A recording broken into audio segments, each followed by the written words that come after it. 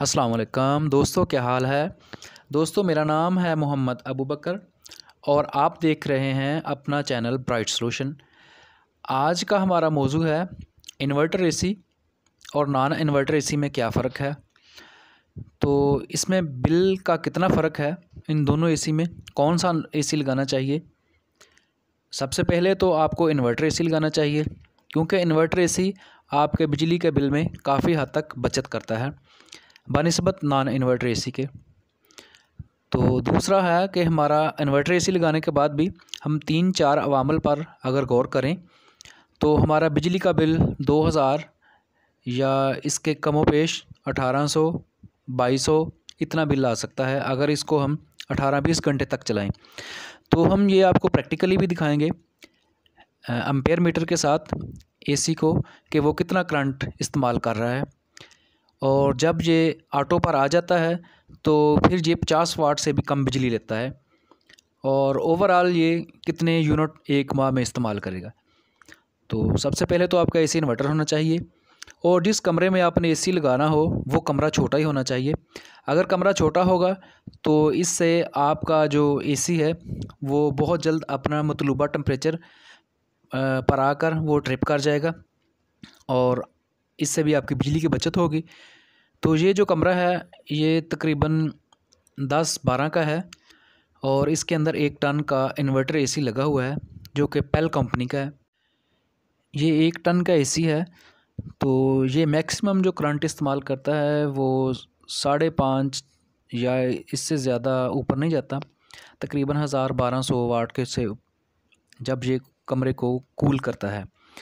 तो इसके बाद ये 15-20 मिनट के बाद ट्रिप कर जाता है। तो उसके बाद ये तकरीबन 50 वाट से भी कम बिजली इस्तेमाल करता है। इसमें जो सबसे मेन फैक्टर है वो है आपके एसी का टेम्परेचर।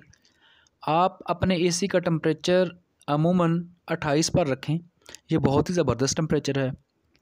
इससे ना तो आपको गर्मी लगेगी और ना ही सर्दी लगेगी और दूसरा ये आपकी सेहत के लिए भी बेहतर है, क्योंकि जब आप कमरे से बार बार बाहर निकलेंगे तो फिर भी आपकी सेहत को ये बुरा इफ़ेक्ट नहीं करेगा और आपका बिजली का बिल भी काफ़ी हद तक कम कर देगा। अगर आप इस टेम्परेचर को 25 पर लेके जाते हैं तो फिर आपके बिल में डेली 1.5 से 2 यूनिट का इजाफ़ा हो जाएगा।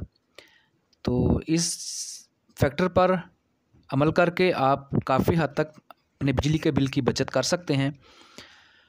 और इसके बाद जो दूसरा फैक्टर है वो जिस कमरे में लगाया हुआ है वो उस कमरे में आपने पेलिंग वगैरह और सीलिंग वगैरह लाजमी करवानी है। अगर आप ये 2 चीज़ें करते हैं तो इससे आपके एसी का बिल काफ़ी हद तक कम हो सकता है, क्योंकि सीलिंग और पेलिंग करने से आपका जो एसी है वो उसको ज़्यादा मेहनत नहीं करनी पड़ती आपके कमरे का टेम्परेचर पूरा करने के लिए और आपकी बिजली की बचत होती है। और चूँकि अगर वो ज़्यादा वक्त तक आपके कूलिंग को पूरा नहीं करेगा तो वो ज़्यादा से ज़्यादा बिजली इस्तेमाल करेगा और दीवारें ठंडी करने में और आपकी छत को ठंडी करने में काफ़ी वक्त लगाएगा। इससे ज़ाहिरी बात है आपके बिल में काफ़ी हद तक इजाफ़ा हो जाएगा। तो इसलिए ये दूसरा बहुत बड़ा और मेन फैक्टर है। आप इस चीज़ का ख़्याल रखें कि आपकी दीवारों को सीलिंग और पेलिंग होना बहुत ज़रूरी है। इससे आप काफ़ी हद तक आप बिजली के बिल की बचत कर सकते हैं, क्योंकि इससे आपकी जो कूलिंग है वो कमरे की ज़ाया नहीं होती। वो दीवारों को ठंडा करने में भी उसको ज़्यादा वक्त नहीं लगता एसी को, तो वो बहुत जल्द मतलूबा टेम्परेचर पर आ जाता है और उसके बाद वो ऑटो पर चला जाता है, तब वो बहुत ही कम करंट लेता है। इससे आपकी बिजली की बहुत हद तक बचत हो सकती है। तो कोशिश करें इसके साथ ही जो फ़र्श है उस पर भी अगर आप कालीन वगैरह बिछा लें तो ये भी बेहतर है। तो इससे भी आपका जो फ़र्श है वो ठंडा होने में वक्त लगेगा उसको भी। तो अगर कालीन वगैरह बिछाया होगा तो इससे भी उसका टेम्परेचर जो है वो बहुत जल्द पूरा हो जाएगा। सीलिंग पेलिंग बहुत ज़रूरी है।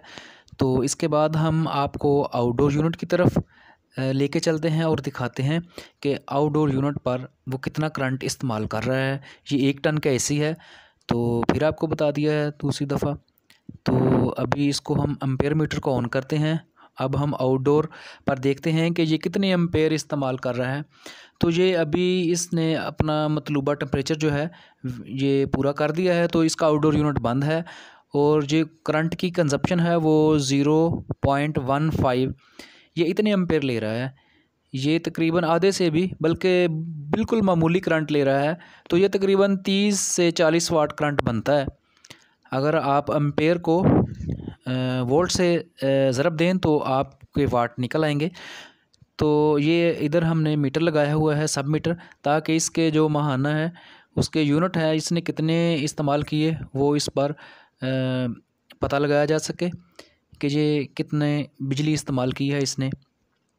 तो ये एम्पेयर मीटर अभी शो कर रहा है कि अभी हमारा एसी जो है वो ऑटो पर है। तो अभी इसको देखते हैं दूसरी दफ़ा, अगली रीडिंग इसकी दिखाते हैं जब इसका आउटडोर यूनिट चलेगा। तो ये देखें अभी तो ये इसका आउटडोर यूनिट का जो पंखा है वो बंद है।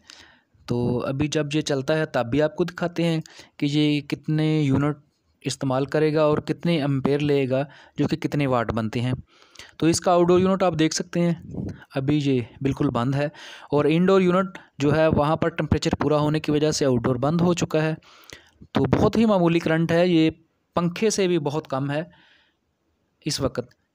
तो अब आपको दिखाते हैं इसका आउटडोर यूनिट चलता है तो तब दिखाते हैं आपको ये कितने एम्पेयर पर जाता है। तो अभी तक इसका आउटडोर यूनिट नहीं चला, तो थोड़ा सा इंतज़ार करते हैं, देखते हैं। तो दोस्तों अब दोबारा आते हैं एम्पेयर मीटर की तरफ। तो हमारा एम्पेयर मीटर जो है वो 1 एम्पेयर शो करा रहा है। ये देखें हमने इसको सब मीटर के साथ लगाया हुआ है। तो यहाँ से ये करंट एसी की तरफ जा रहा है।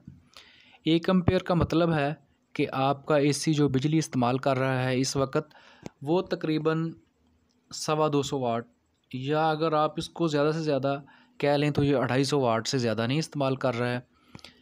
तो ये देखें इसका आउटडोर यूनिट चल चुका है और एसी ने कूलिंग करना शुरू कर दी है। तो अब ये दोबारा इसका आउटडोर यूनिट चल पड़ा है और ये कूलिंग कर रहा है कमरे के अंदर, और ये अपनी कूलिंग जो इसका दिया हुआ टेम्परेचर है जो हमने जहाँ पर इसको सेट किया हुआ है, तो अब ये इसको दोबारा पूरा करेगा। ये तकरीबन 5-7 मिनट में पूरा कर देगा और इसके बाद इसका जो आउटडोर यूनिट है वो दोबारा बंद हो जाएगा। तो ये 1 एम्पेयर भी कोई ज़्यादा करंट नहीं है, फिर ये दोबारा उसी 30-35 वाट पर आ जाएगा वापस, यानी कि 0.15 एम्पेयर पर। तो ये देख सकते हैं अभी इस पर एम्पेयर मीटर पर तो ये 1 एम्पेयर ले रहा है। दोस्तों इसमें जो एक और बात है, जब ये फ़र्स्ट टाइम आप एसी चलाते हैं तो उस वक़्त ये 1 एम्पेयर नहीं लेता, उस वक़्त ये 4-4.5 एम्पेयर तक चला जाता है। उसके बाद जब ये अपनी कूलिंग को पूरा करता है तो फिर ये ट्रिप कर जाता है, और जब ये दोबारा इसको बार बार फिर चलेगा तब ये 1 एम्पेयर लेगा। फ़र्स्ट टाइम ये 4-4.5 एम्पेयर तक जा सकता है थोड़े वक्त के लिए। तो दोस्तों इसके अलावा आपने एक और चीज़ जो इसके अंदर जिसको आपने देखना है वो ये है कि आपने हर माह के बाद 25-30 दिन के बाद इसकी सफाई ज़रूर करनी है। जो इसका आउटडोर यूनिट है उसको आप अच्छी तरह किसी ब्लोअर के साथ साफ़ कर दें।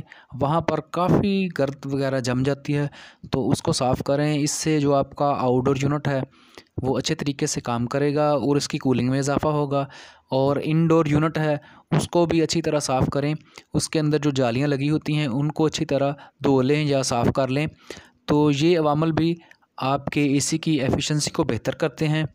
तो इसके साथ साथ अगर आपका बिजली का बिल 300 यूनिट से ज़्यादा है तो फिर आप इसके लिए अलग मीटर रखें जिस पर आप एसी चलाएं।